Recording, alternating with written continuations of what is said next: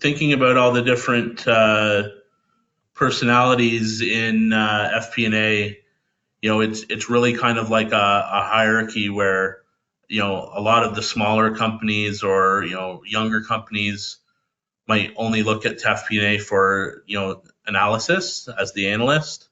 And as they start to, do more and more analysis, get a little more sophisticated in the analysis that they're doing, they might then start, looking to FP&A to help with what data do we need? How do we architect the data? How do we set it up? As you get some of that good data, how do we start dealing with larger swaths of that data and bigger data and more of a data scientist need? As you get your data down and in a good place, you've heard the term data rich and information poor. FP&As look to take that data and turn it into meaningful information. So that's where the storyteller really becomes important in an organization. And as we use the storytelling, we look towards FP&A to really influence business decisions, making sure we're making the best business decisions in the business. And so FP&A then becomes that influencer.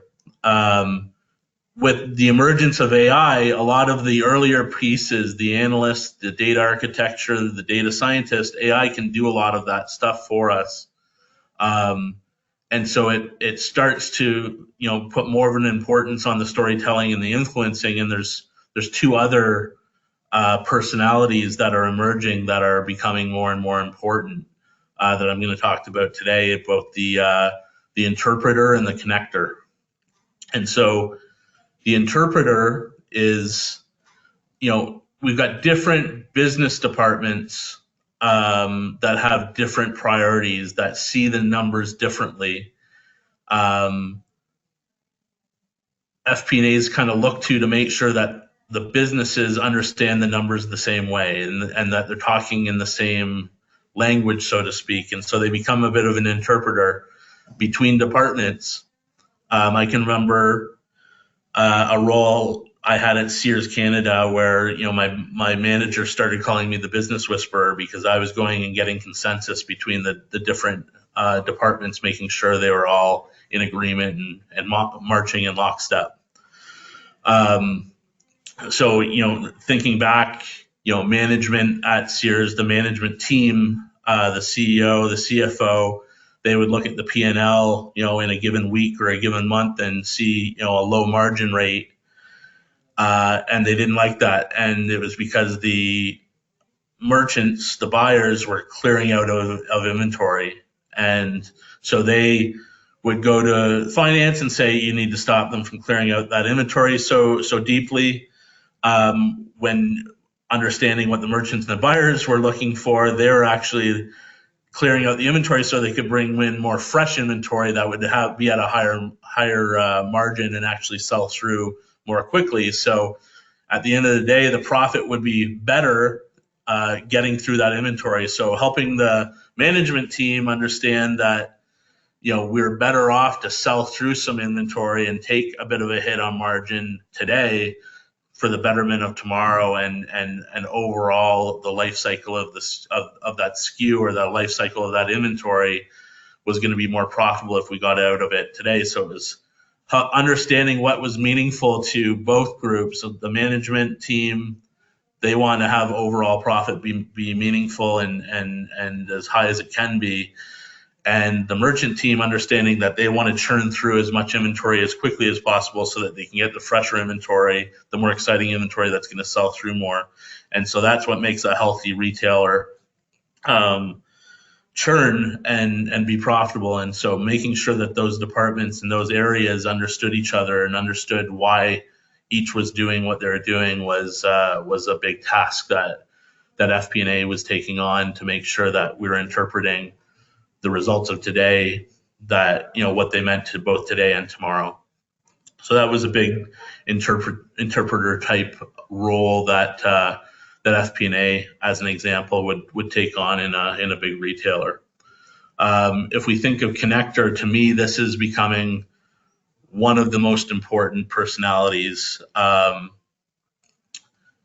when you don't want to have disconnected plans between departments. You want to make sure that your warehouse has enough labor in place to churn out as much inventory as you can at a D2C or brand retailer.